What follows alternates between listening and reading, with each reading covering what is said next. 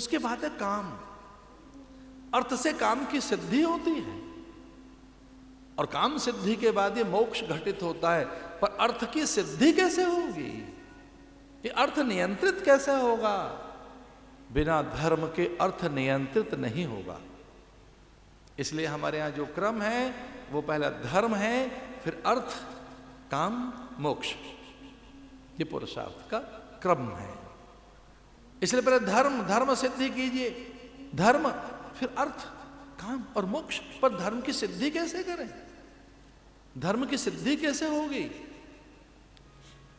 तो जितने ग्रंथ हैं हमारे, जितने शास्त्र हैं हमारे, वो न्याय शास्त्र हो अथवा यो योग दर्शन हो अथवा वो मीमांसाएं हैं अथवा वो वेदांत है अथवा जो अन्य भी दर्शन हैं, उन सब में एक ही बताया है साधन धर्म का।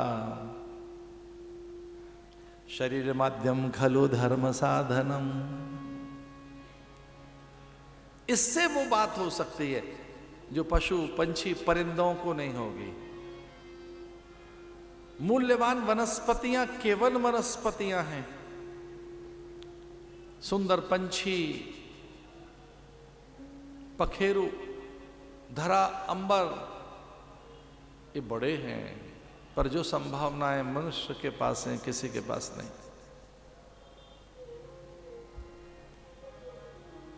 शास्त्र ऐसा कहते हैं, सत्पुरुषों सुनाए, इसलिए साहस जुटाकर एक बात कह रहा हूं। मनुष्यों की शक्ति, विभूति, विद्या अतुल्य है। उसके पास अतुल्य तेज है, उसके पास अथाह सामर्थ्य है। बहुत ही संकोच में कह रहा था, देवताओं के पास ऐसी सामर्थ्य नहीं, लेकिन मनुष्य के पास है। देवताओं की सामर्थ्य सीमित है, मनुष्य की नहीं। पितरों की सामर्थ्य सीमित है, मनुष्य की नहीं। असीम सामर्थ्य है उसकी। पितृ और देव मोक्ष के अधिकारी नहीं है। देवता देवता हैं, मोक्ष के अधिकारी नहीं है। वो स्वर्ग के अधिकारी बन गए, मनुष्य मोक्ष का अधिकारी है।